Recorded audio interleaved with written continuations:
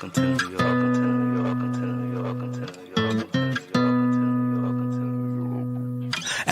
that we do exclusive, make sure that it's all inclusive. I was taught make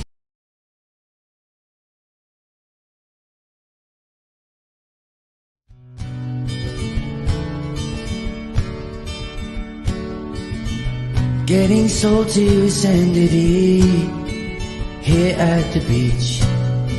Stand on my feet. There's no place that I would rather be than getting salty with Sandie Dee.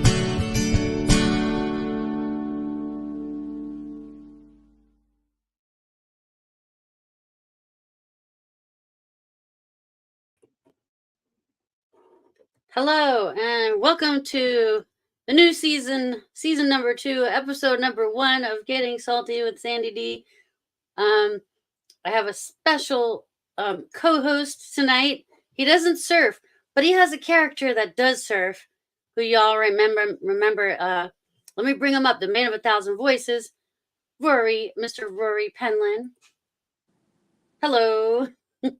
You're getting salty with me already. So did you get salty over the holidays? My husband did. That's what she said. The waves are really big right now. Yeah. A little too big for me at Didn't this they just age, have like an earthquake in Japan? It's causing all kinds of waves around. Yeah, it's like going over the piers everywhere. It's North County, Southern Cali. It's just getting hit. So, it's nice. I enjoy watching it, but I think I got to slow my roll at this age. I got to take it easy at this time in my life. I got kids to take care of. By the way, for a long time, and if I'd had more time, I probably could have gotten ready for that. But I just you literally contacted me 15 minutes before this. So in any case, maybe sometime he'll make an appearance on this show. Yes, we love him. It is apropos. Did I say his name right? Is it just Moondoggy? Yes. Okay. Yeah, I love his Moondoggy. name's Doug, but his cronies call him Moondoggy. Yeah. He's like couch surfing. You never know whose couch he's sleeping on. That's me. I'm the channel surfer. That's me. I like you said before, I am a total novice. I've never gotten on a board. I've never hung 10 or shot a curl, or, I have never gotten on a board. And I mean, this body is not conducive to that. So I'm more of a channel surfer. It's never too late to learn. I'm actually my special guest tonight is a friend of mine, but also I want him to explain it in his words. But let me bring him up without further ado. Everybody, I want you to meet Seth Elmer, all the way from Hawaii. Wow. Aloha. And the baby. And the baby, little Iana. How you doing? Good. How are you? Glad to be here. Just dropped the toy. The toy. Now, you're on. You used to be on the North Shore, but then you moved. Yeah, to Honolulu. I lived on the North Shore for a couple of years. Yeah, couple years, and then I've been in Honolulu for almost 19 years now. Yeah. Wow. Yeah, see, when I went and visited you out there, you were on the North Shore. Do you remember that? Yeah. I gave you a haircut with a wax comb. Yeah, I remember that. I don't need haircuts. I don't need haircuts anymore. I just give myself a buzz now. That's it. I got the worst sunburn of my life at Hanauma Bay. had to sleep on my stomach for like a week. Yeah, you can get sunstroke there for sure. I mean, that place cooks. Definitely in the summertime too. Here's something you could do. There's a place there called the Bishop Museum, and go up to the curator if you're into this kind of thing, and tell them that you would like to see the Polynesian totem pole that was donated by Vincent Price. And if it's not out, because a lot of times they'll have that stuff in the back, they won't have it out. Yeah. They'll go, how do you know about that? Because we did this many years ago, and just tell him that you were good friends with Vincent Price when you were a kid. He's my I'm a godfather. fan. I love Vincent Price. That guy pretty much raised me on TV when I was a kid. I love that. Yeah. Guy. We got to meet him. He actually came through. He came through in 1984. This was right before he passed away, and he told us about Wow. that. We went to the Bishop Museum the next year, and they were surprised we knew about it because his wife Coral Brown wouldn't let him keep it on. He wanted to put it on his front lawn, and she said no, absolutely not. So he had to donate it to the Bishop Museum. Well, so I wanted to explain to the people that Seth, how you're a coach, but I think it's a little more than just surfing. Yeah. It's almost like mind, body, spirit. Yeah, the coaching kind of branches out into different areas. I mean, surf teaching, just teaching surfing, and then I've been involved with coaching like teenage kids, like competition surfing, and then I've also done like surf coaching with like people that are developing their surfing for more advanced, surfing development, and then that goes over into like in my book writing, it would be more like you said, like life, mind, wellness coaching too. So it's kind of like there's all of these different type of coaching little hats to wear on that. But I like to have a lot of variety in my coaching with that. There's a lot of there's a smorgasbord, I guess that's what you would say, of coaching. Yeah, I like that because I mean I've been surfing a long time, and I know that for me it was like very spiritual. If I had a bad day,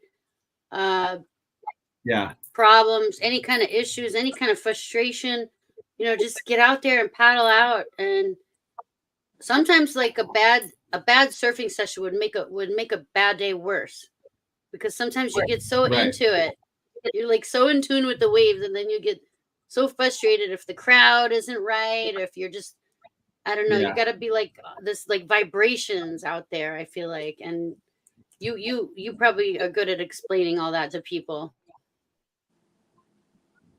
Yeah, And you have a book.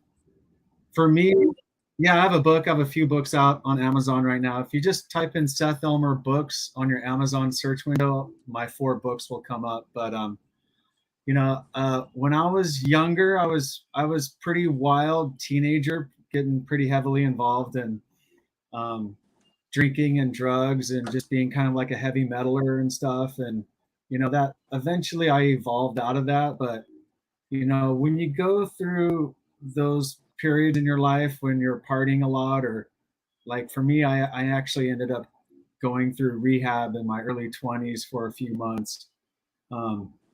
You kind of are able to make different assessments about yourself when you hit those dark areas in your life.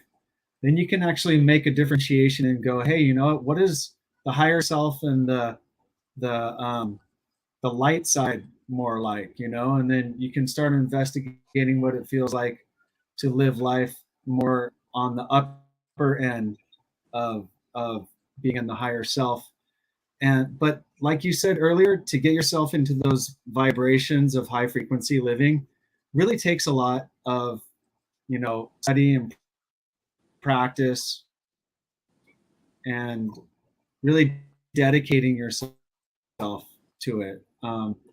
When you make it a daily practice, you're able to understand how to get yourself in tune with that correct vibration to make sure that everything runs smoothly in your life. And if you can just figure out what those practices are that are tailored around what your preferences are, then you're going to be feeling more in control of being more harmonious, like having a little bit more harmony in your life versus having to meet up with negativity that's happening. So I'm all for that. I'm all for that journey. So that journey, it can be a long journey for some. Some can retain it pretty quick as far as getting on the good path. But I always believe that if you can just somehow figure it out on your timeline, it really is going to be serving you in a more of a beneficial way. It's going to be making you more happier, so. I can definitely see surfing being a kind of Zen, just like some people like with martial arts, that's kind of their Zen. That's how they relax, and, they do katas and things like that. So yeah, getting out there on the waves is probably very relaxing. And again, you're become one with the wave. Are you still there? Yeah. Am I cutting out? I think I'm gonna leave and come right back in. It keeps freezing. You guys stay right there. I'll be right back. Uh-oh. I'm gonna try to see if this fixes it. So did you hear what I just said about the surfing probably being a Zen for many? You were actually cutting out a little bit or breaking up a little bit. We did have a comment. I'm sorry. Go ahead. All right. There's a delay. Yes. I was. Yeah. I'm good. Yeah, there's a little lag, but please continue. Yeah, one of our viewers, John Duncan, who's in Tasmania in Australia, says it's great that you got through your darkness. He's cheering you on. Oh yeah. Is that better now? I'm not cutting out anymore. You sound good to me. Okay. Clear. Cool. Yeah. I mean, there's I think he's a little bit delayed. There's a lot of people. Okay. There's yeah. Cool. Well, we have a storm here, and then he's in Hawaii, so we have. Yeah. And we're like all the different parts of the. Sandie Dee is a little. Okay. Can you hear me, Rory? Yes. You sound better. Okay. He was starting to say something, and we both kind of cut in on him.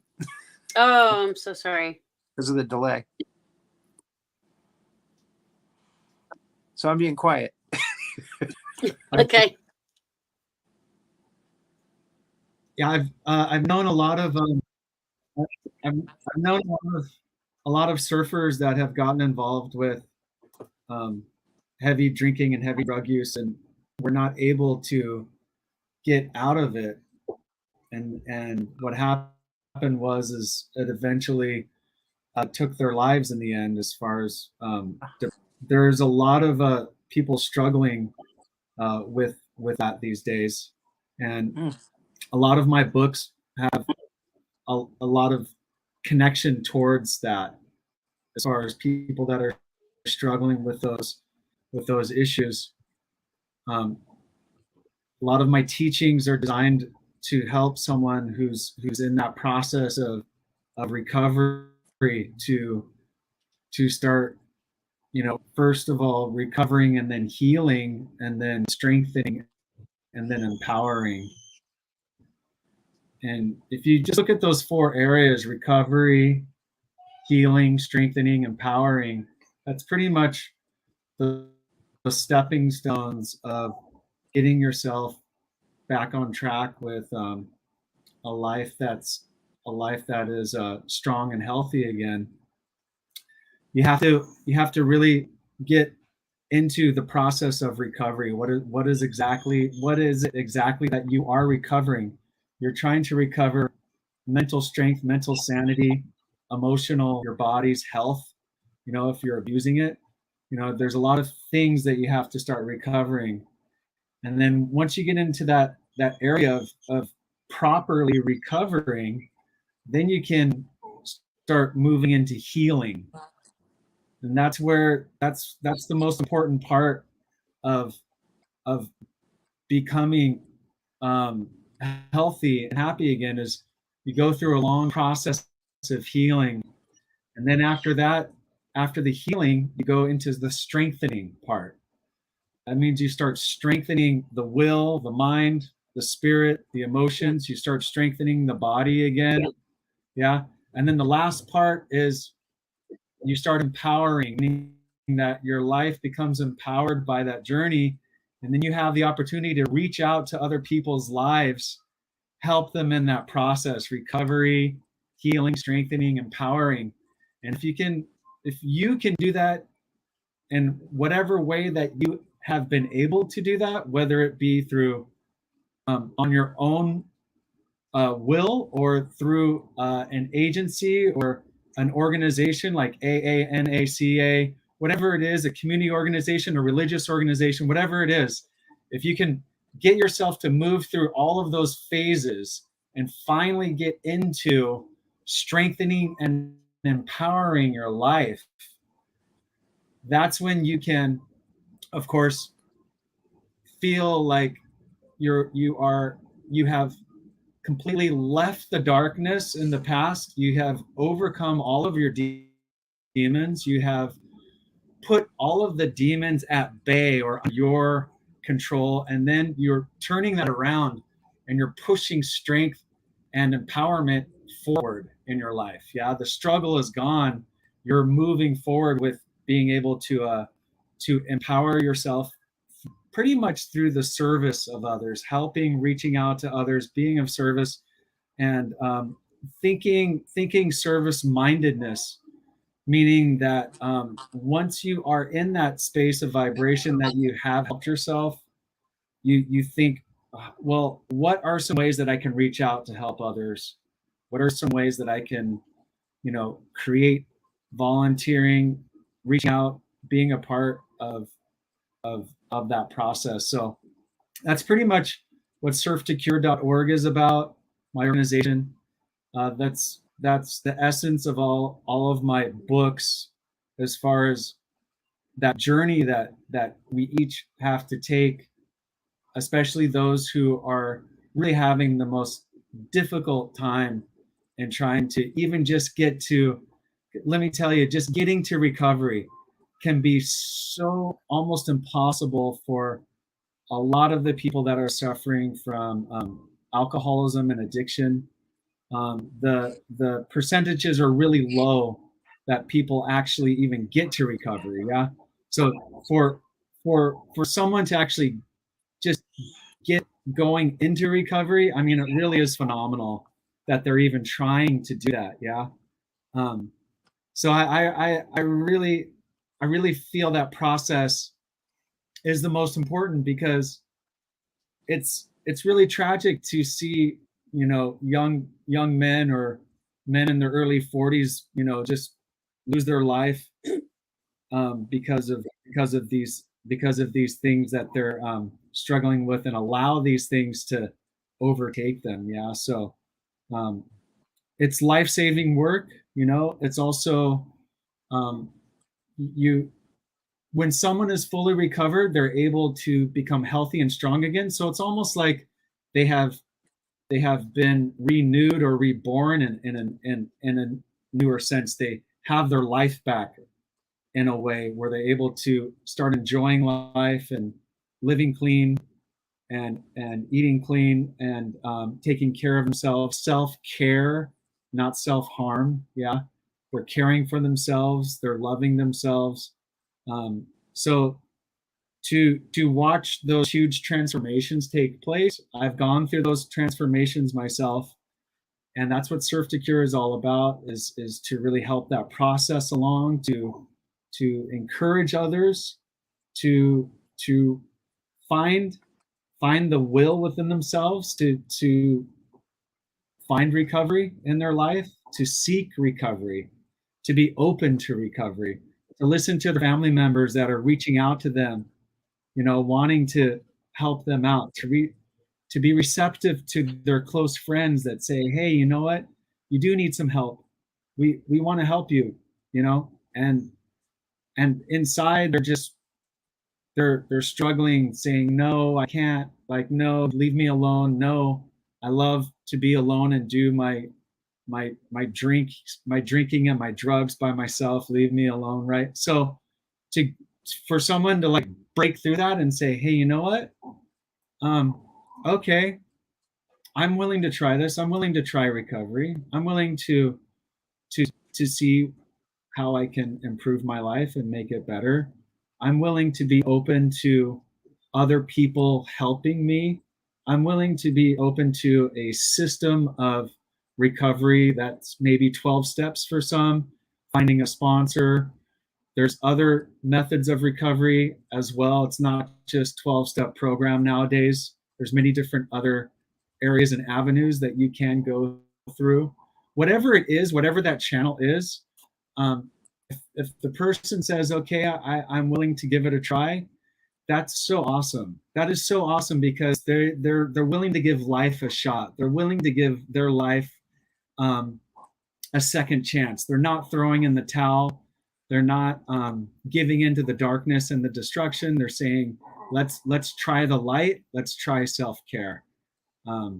So I think that's pretty much the embodiment of surftocure.org, and also my teachings, that turnaround of transformation.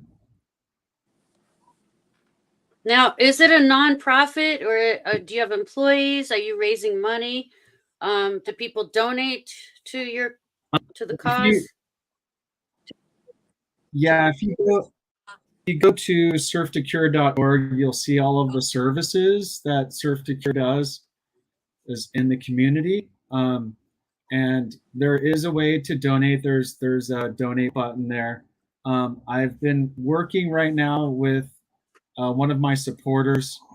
We're going to start implementing community outreach vehicles that are going to be able to go to certain surf spots where disadvantaged or at-risk youth or people in addiction recovery can meet up with a mentor down at the beach. They can grab a board, grab a surfboard, grab a bodyboard, and just really keep it more on the open beach level, meaning like I've done like really intensive like coaching with at-risk youth through the surf school that I work for, taking them surfing, mentoring and whatnot. But with this structure, I would like to leave it more open as far as like at-risk teens, at-risk youth, or people in addiction recovery. They'll just see the Surf to Cure community outreach vehicle down at the beach. They know that there's mentors there. They know that they can like grab a surfboard or a bodyboard and just go enjoy the ocean and just keep it in a really laid back atmosphere. And I'm going to be rolling that out this year. And I'm really excited about that because it's something new. It's something new that that I had a vision for, because if you just go down to the beach, it's just so healing to just be sitting on the beach and watching the ocean. Fresh air. I mean, saltwater air, like water in Hawaii, so blue and warm and gorgeous. That's like the best therapy right there. It is. Well, actually, I was going to ask you, is the beach atmosphere, and getting together with young friends and partying on the beach, was that kind of conducive to what happened to you when you were in your early 20s?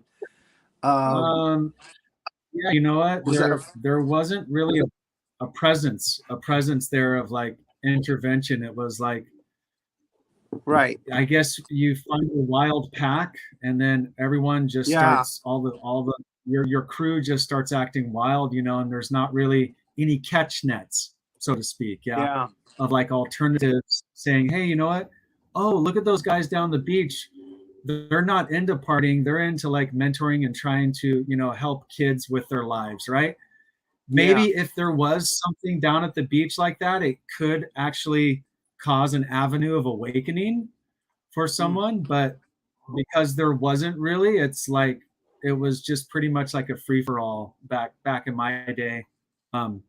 So I think that like when a kid is growing up in a broken family and he goes down to the beach and all he has is his mates or his friends, and he's really wanting to have like an experience where there's like a mentor in his life, a father figure, a male figure that can give him a little bit of guidance, give him a little bit of mentoring, and just let him know that he's cared for and appreciated in this world, and the decisions that he makes matters, right? His life means something, right? Yeah.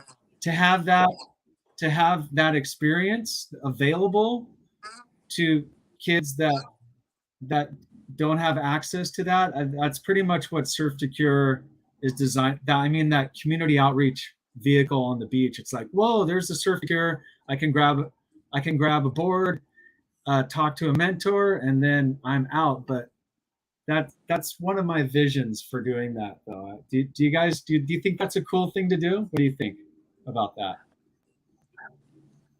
I think it's awesome.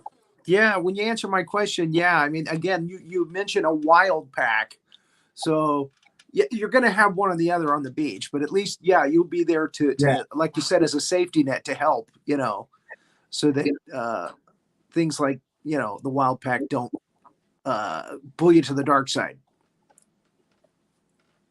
Yeah, and that influence is really strong. I have Bye, baby. She's so cute. And you can have well-behaved babies like Iana. She is so well-behaved. Oh my gosh. So cute. I can feel like I can smell that baby smell. She has found her zen already. So cute. So here's one of my books on Amazon. It's called Seth Elmer Teachings 1-9. And right here under open or closed, if this is one of the seminars that I did with the at-risk youth, and I'm just gonna just show you that real quick right here. So like you can see like the wild pack right over here, like the Lost Boys. Yeah, the teaching is your mind open or closed to destructive influences, or is it open? Is it open to the good? Is it open to the bad? Right?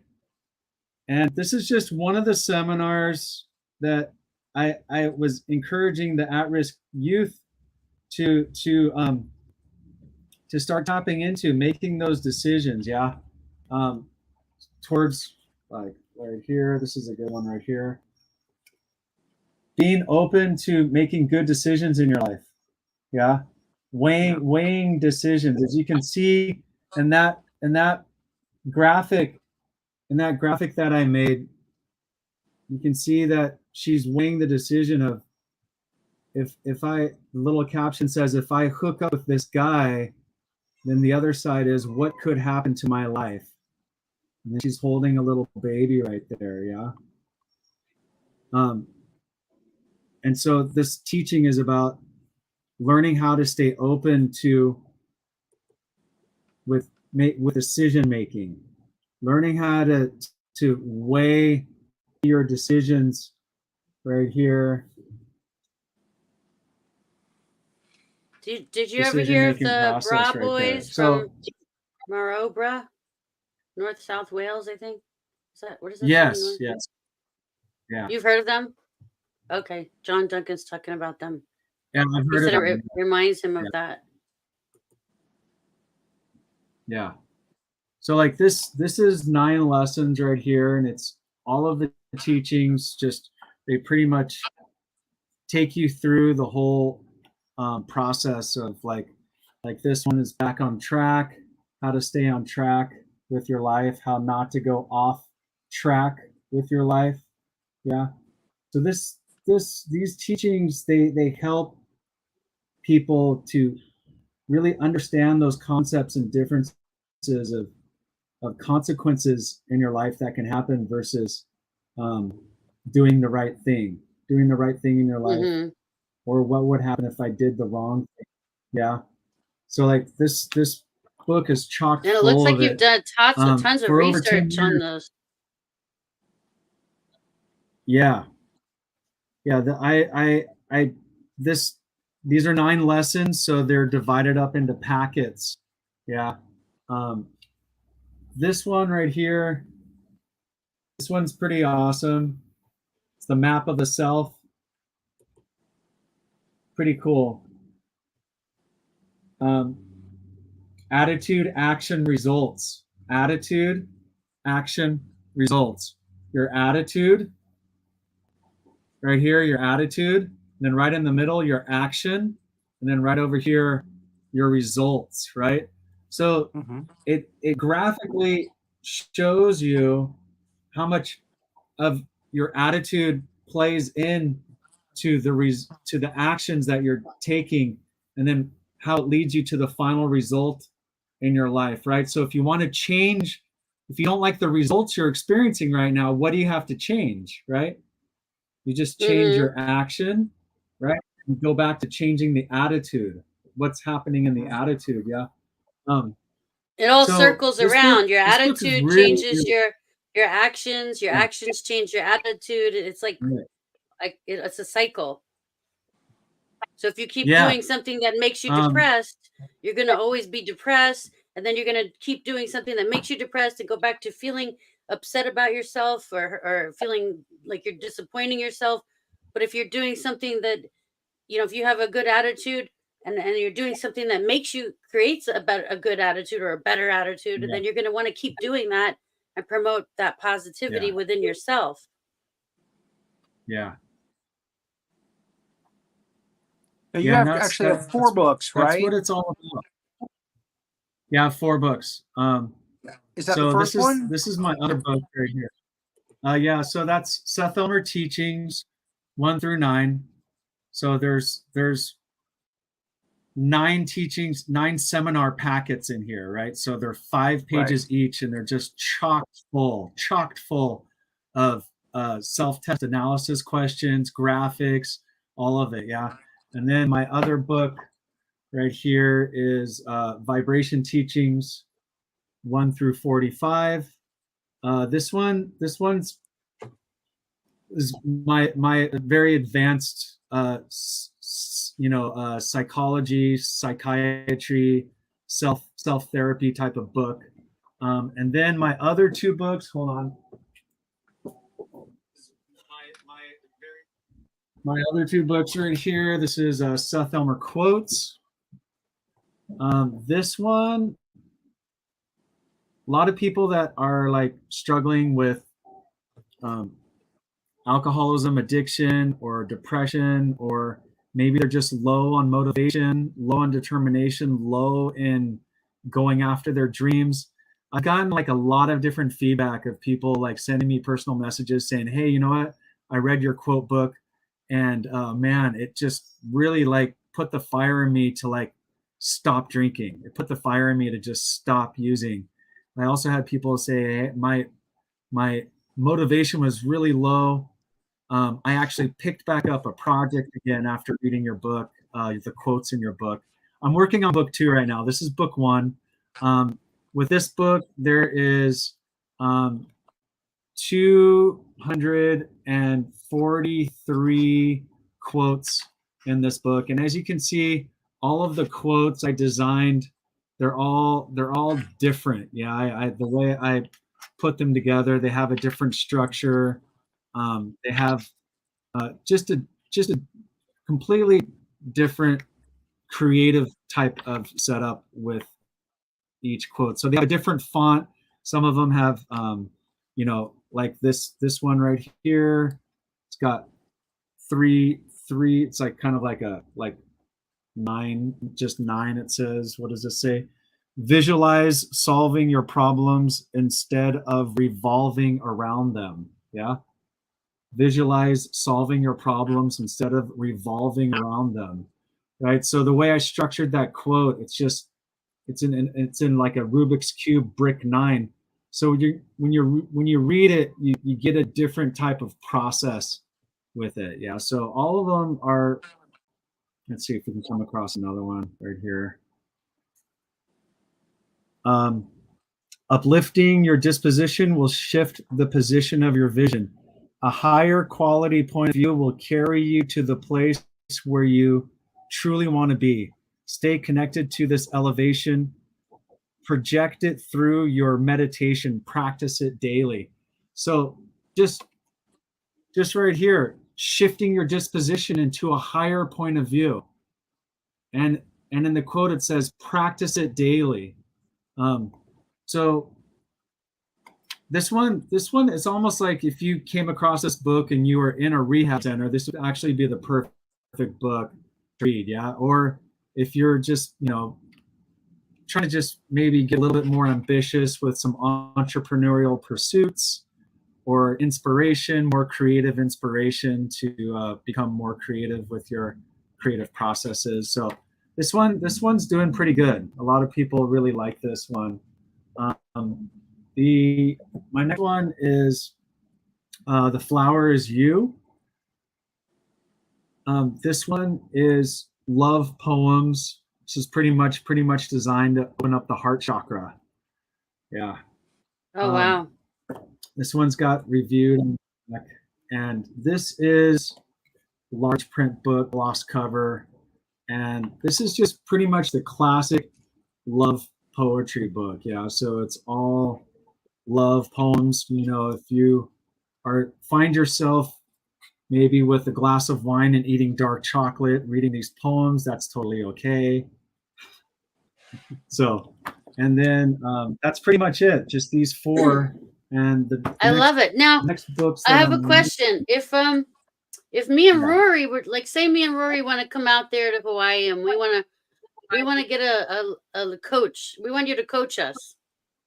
What okay. How much does it cost? Where do we sign up on where do we sign up? How does it all work? Oh, as far as like coaching sessions go, or yeah. Like me, I can surf, but I wouldn't want to. There's somebody in Hawaii. I'm afraid to surf at certain spots by myself. Like I wouldn't want to go surfing, just paddle out randomly at the North Shore without someone that's knows a local. You know what I mean? Like I just wouldn't do that. I wouldn't. Okay, so surfing. So, I work at Hans Hedemann Surf School right out of Queen Kapiolani Hotel lobby. I've been working for Hans for almost 20 years. Wow. If you come down to the surf school right there at Queen Kapiolani, you just walk right into the little surf shop and you're all set. You got your surfboard, you got your booties, you got your rash guard. You can get it videoed by the video drone, get snapshots on the beach. We just do the little presentation in there. You keep all of your valuables inside the surf school in a locker, and then we walk you down to the beautiful beach at Publix, and then boom, we're in the water, and you're surfing. I'm teaching you how to surf, and that Sandie. would be like where Waikiki, like Queens, or where do you take people? Yeah, it's like that would be right in front of the Barefoot Beach Cafe, Barefoot Beach, and that would be an excellent time for you to Rory, get your first wave in. Yeah. Like I said, this body is not conducive to surfing. Can you imagine me pushing you into the very first wave of your life? At my age, no. Well, I've been surfing for like almost 30 years now, but I'm scared to go. Like I said, I'm not a local, I'm not just going to paddle out randomly. I'm going to check with the locals. I'm going to talk to the locals. I'm going to surf with the locals if possible. I don't just like to go to different countries or places and randomly paddle out. I need to know what's going on. I need to know. Well, that makes sense. Surf guide, a local that can, show you. I need a local. Yeah, show you the areas where, you know, where's a safe place to paddle out. What are the spots Mm, for, like, you know, beginners, intermediates, you know, where you can just kind of just ease yourself into the surf experience. Or with Rory, I would just, you know, have him on a lesson. I would be teaching him, you know, just, and I wouldn't yeah. be shy about it. I teach people from all over the world their first time. You know, I get guys straight from, you know, Texas that have never surfed. You know, I get a lot of firsters from all over the world. So don't be Yeah. shy. You know, I would be more than happy to get you into your first wave. We have really That's big, awesome. nice, floaty surfboards that can like shoot you into like 100-yard long Waikiki roller. Yeah, and you're all set. You have a drone right above you that is just filming the whole thing. It's really cool. You It'd know, be for the great if you insurance guys could company. come out. I would really love to have you guys come out. That would be great.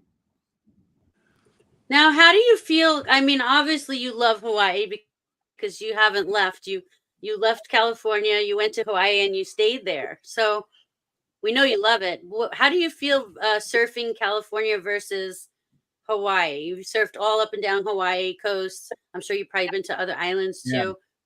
You've surfed up and down the California yeah, coast. Like, what do you think, like, versus like yeah. weighing out the two?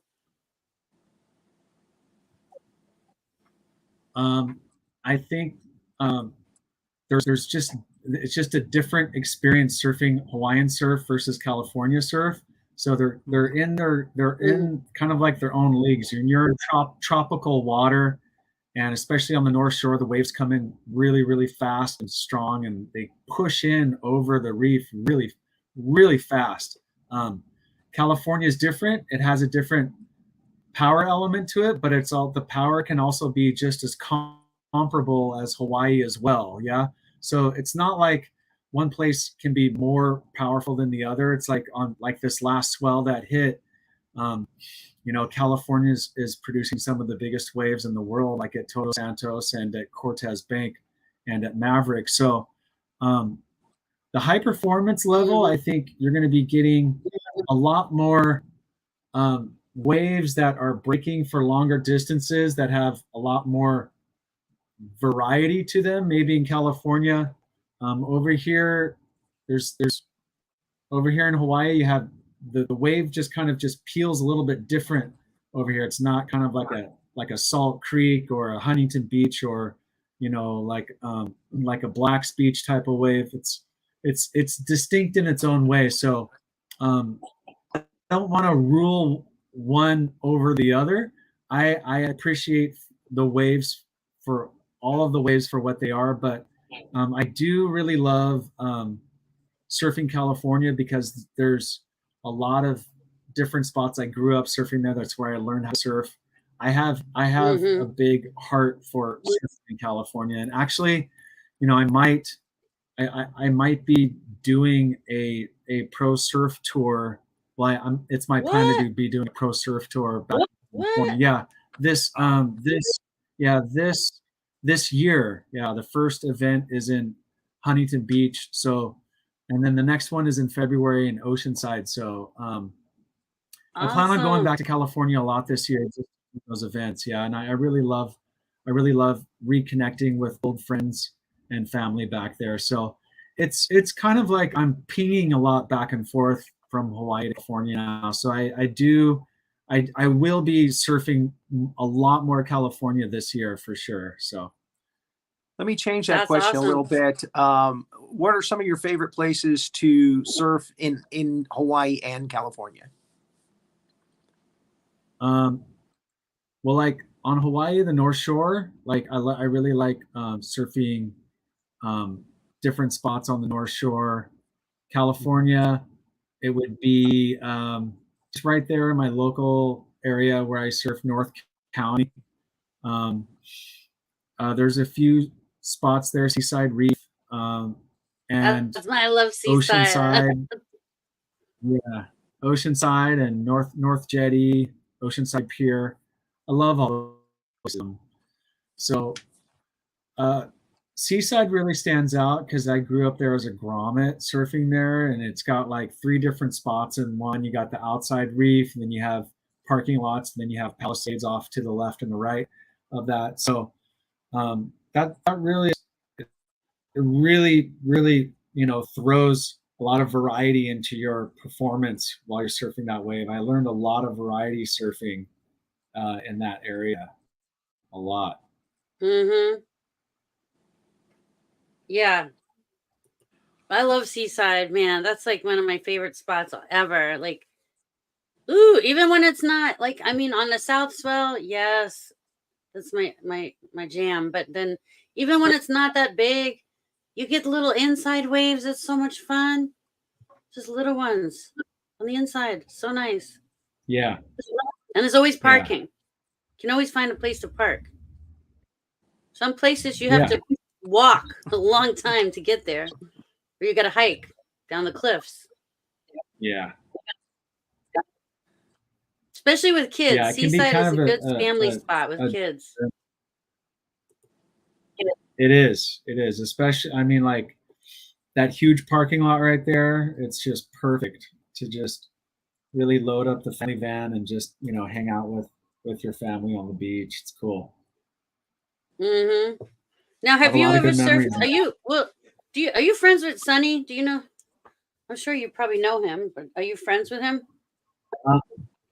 Yeah, I know him, but no, I'm not friends with him. I'm mutual friends with some of his friends. Yeah, so it's I'm wondering mutual how he's acquaintance. doing.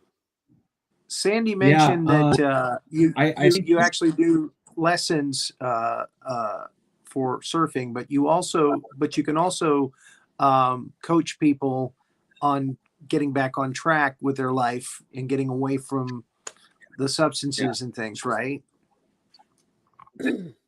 Correct. How would people find you for something like that? They could just go to .org to see all the services right there.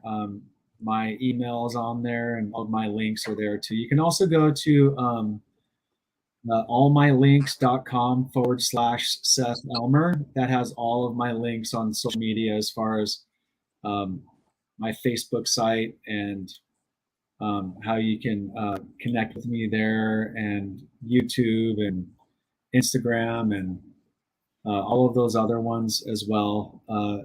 It's pretty easy to find me. I mean, if you just type in my name on Google, it's really a weird thing. There's like only one Seth Elmer out of the 8 billion people on this planet that surfs. It's really strange. Wow. Really strange because you just look and you see a long list. You'll see, my books are popping up.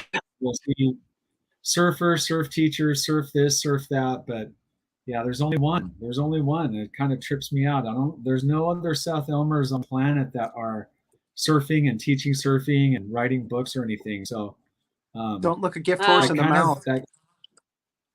I know, it kind of freaks me out a little bit, because but in a way it's kind of cool because it's a beautiful thing.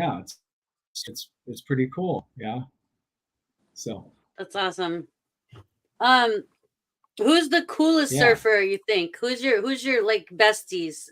Who's your surfing bestie? Are you still friends with Doug Silva? You guys see each other in the water? I still see Doug around. I still see him out around here. I'm so like right now I'm surfing a little bit with Maddie Liu. Maddie's a good friend of mine. And I have like, for me to like be writing these books and doing these things, these projects, and really like putting it all together in my head right now, I got like 2 books that I'm working on right now. Wow. It's like teaching surfing and then working out and then eating, and then next thing you know, I'm like hitting the computer, and then I'm trying to keep up with everything on social media. It's like my day is like is just gone in a flash. And the baby. The only time I get to hang out with my friends is a newborn too as well. You. Well, you look great. I mean, I'm proud of you for you still got it. Like, look at those abs. I mean, some of those pictures I was looking at, there's one where you're like in the tube and you're like doing this kind of like this Karate Kid thing, like what's up? I'm like, that is the coolest shot ever. Like it should be on a cover of a magazine. Like I need to use that. I love that shot. Do you know which one I'm talking about? You're like, what's up? Like in the tube. Yeah. I love that like doing one. those GoPro shots. You know, it's interesting that you mentioned that, because the abs thing, because the last 18 months I've been putting together a new system, a new coaching system of how to get totally ripped, and how to put your body through different stages of what I call strength building. And the name of this book is going to be called The Ultra Method, Better Surfing, Better Fitness. Yeah, so the Ultra Method is the triangle, and then right there it says The Ultra Method. I actually have a hat of it right here. Here it is. This is it right here. Oh, I love The it. Ultra Method. So the Ultra Method, Better Surfing, Better Fitness. I put my body through this really amazing research project. I was able to really break down some myths and misconceptions with strength training and strength building. And what I've been able to discover is that when you put your body through a process of strengthening it through phases, it naturally adapts into something you've never experienced before. So that's going to be going into the book and into the master class. And this is really like formulated for surfers that want to improve performance, surfers that want to get rid of like hip problems or knee problems, surfers that want stronger abs. I created this system where you're only doing it maybe like 20 minutes tops of actual exercises per day. And then you just do the stretching in the morning. But what you do is what I call this thing in my book is what I call pain plateauing. So what you do is you push your set to the fail point, and then when your muscles hit the fail point, you start pain plateauing the fail point. What happens is while you keep doing that over and over and over again, your muscles will hit a breakthrough, and then you're able to go into a whole nother sector of strength within your body. Yeah. And so for me, over an 18-month period, my body has completely like changed. Yeah. Can I show you right now? Is that okay? Yeah, show. Yeah. Where's Renee? Can I flex Renee? my Go ahead. Yes. Okay. You inspire me to get in shape. John Duncan. Here you go, John Duncan. He wants. This is like. Wow. Yeah. Whoa. You could carry a few babies. Let me show you the before picture. So like. I'll do Like it. I've never been in down. You can do the shoulder. I can do a shoulder. That's awesome. Where'd he go? Uh-oh, we lost Rory. Chilby said totally ripped. Oh, we lost it. Come back. In my farmer's tan. Oh, I hope awesome. you didn't think I was making fun of him.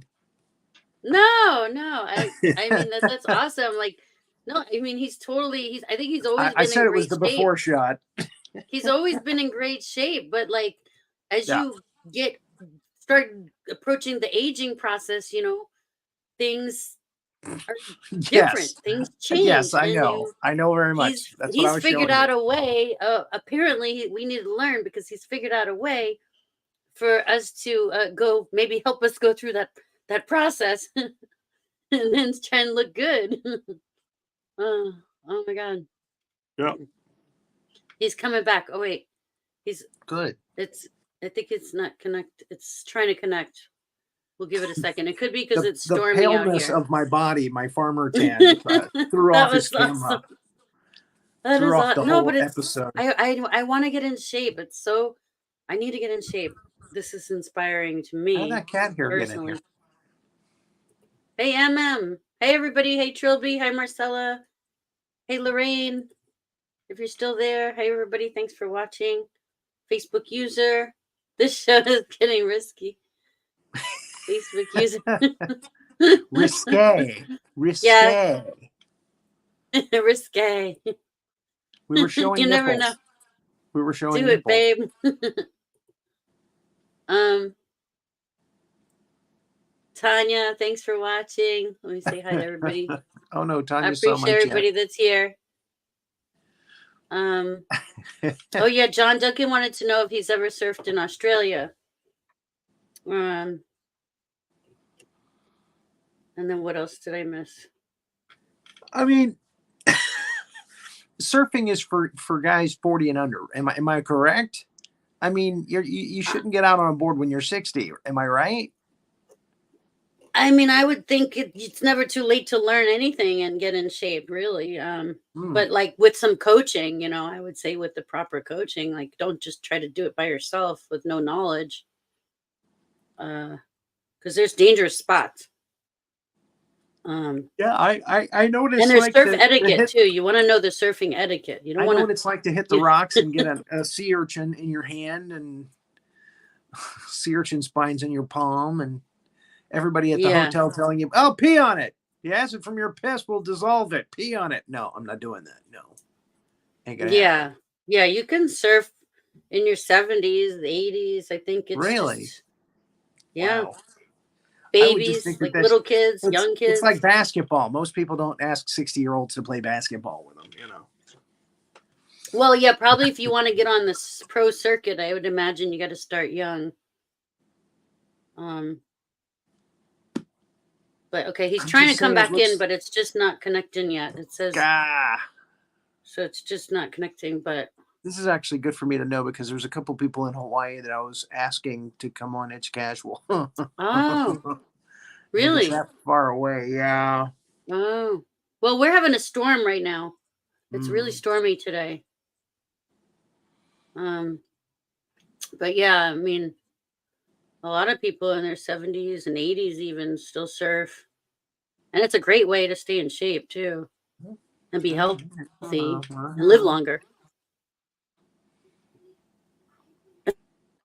John Duncan said, "I'll go surfing again if someone has a defibrillator handy." Clear.